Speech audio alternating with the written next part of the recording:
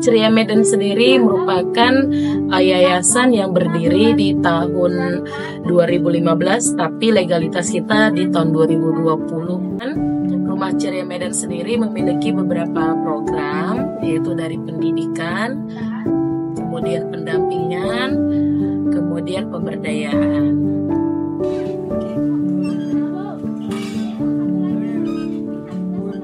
Ya, Rumah Ceria Medan pertama sekali itu terbentuk tahun 2015, itu kita buatnya sanggar.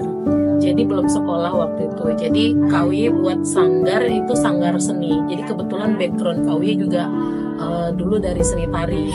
Waktu ikut sanggar lah ya, sanggar seni dari sekolah. Kemudian KUY buka taman baca juga di sini, perpustakaan. Sering waktu berjalan, KUY mulai sadar kan kalau Rumah Ceria Medan nggak bisa gini-gini aja gitu, nggak bisa stuck di tempat, karena anak-anak yang masuk kemari itu banyak disabilitas, dan disabilitasnya itu putus sekolah, nggak sekolah lagi gitu. Jadi kemudian muncullah pemikiran ide KUY dan berdiskusi dengan teman-teman, gimana kalau kita buka lembaga resmi aja.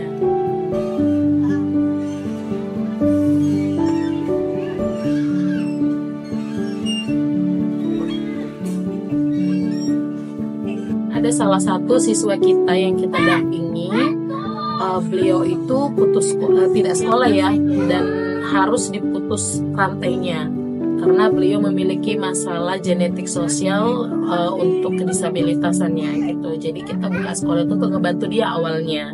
Nah, alhamdulillah seiring waktu makin banyak muridnya, nambah sampai sekarang.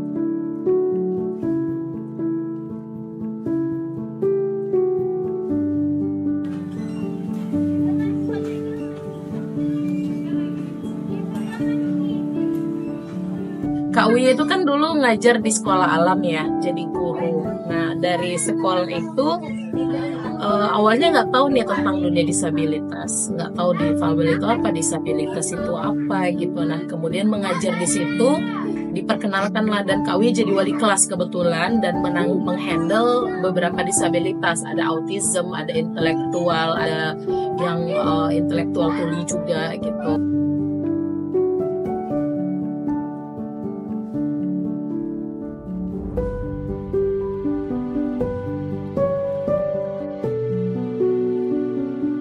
Kemudian mulai teredukasi kan, mulai muncullah awareness mengenai disabilitas. Nah, ternyata di lingkungan KUY ini itu banyak anak-anak dengan, bukan banyak ya, ada anak-anak yang dengan indikasi yang sama. KUY curiga gitu, karena tidak bisa berkomunikasi, bahasa verbalnya bermasalah. Akhirnya KUY ketemu dengan teman yang psikologi waktu itu. Nah, beliaulah yang menyampaikan bahwa ini juga disabilitas.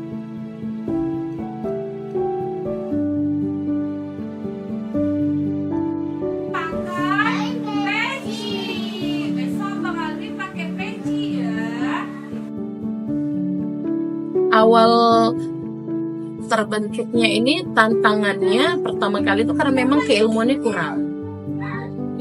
kurang, dan banyak mencari teman-teman yang punya keilmuan di bidang disabilitas itu juga pada waktu itu masih minim tuh. Tapi solusinya KUY kemarin mulai menghubungi teman-teman yang ada di luar, mulai banyak baca buku gitu, mencari referensi, belajar sama teman-teman. Tadi ya salah satunya teman yang udah jadi psikolog sekarang, alhamdulillah diskusi terus sama beliau, kemudian ke teman-teman yang medis gitu. Itu awalnya. Kemudian banyak lagi tantangan-tantangan lainnya ya, seperti mencari guru itu susah ya. Ketika udah jadi sekolah, guru nggak ada yang linear gitu, karena di Medan sendiri belum ada kan jurusan pendidikan luar biasa, yang ada pendidikan luar sekolah, ya kan? Dan kita sulit nyari guru yang ahli di situ.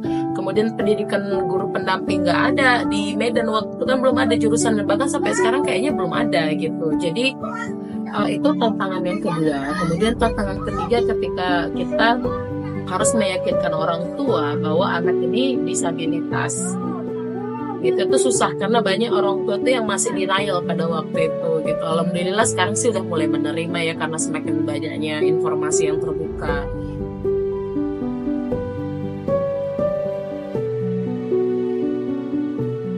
Kemudian tantangan lainnya ya tempat. Ini kan tempat kita masih numpang ya. Untuk tahun ini sendiri ini tempat kita masih numpang, dan tanah ini sudah diindikasi untuk dijual gitu. Ya challenge-nya kita harus mencari tempat yang baru gitu.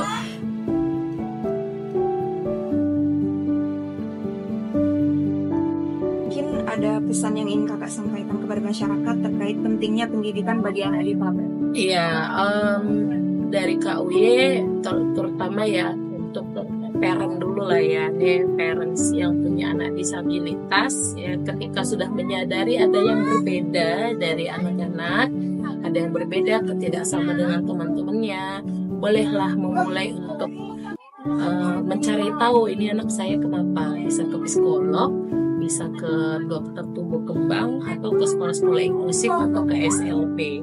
Nah, kalau untuk masyarakat semuanya semangat ya untuk bisa menerima keberadaan disabilitas ya. Terus sekolah-sekolah juga, ayo sama-sama kita membersamai anak-anak disabilitas dengan menerima mereka, memberi kesempatan mereka untuk belajar. Kenapa? Kalau anak-anak tidak mendapatkan pendidikan sedini mungkin, mereka akan mengalami hambatan, kesulitan yang 2 kali lipat lebih sulit dibandingkan kita yang berdisabilitas pada saat mereka nanti memasuki dunia kuliah, dunia pendidikan yang lebih tinggi, atau dunia kerja.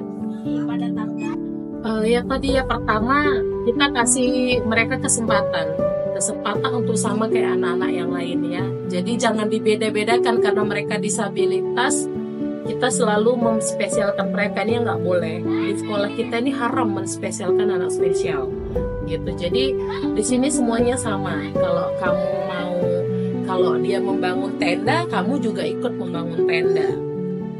Kalau kamu makan, yang satu juga ikut makan. Kalau kamu ikut bersih-bersih, yang satu juga ikut bersih.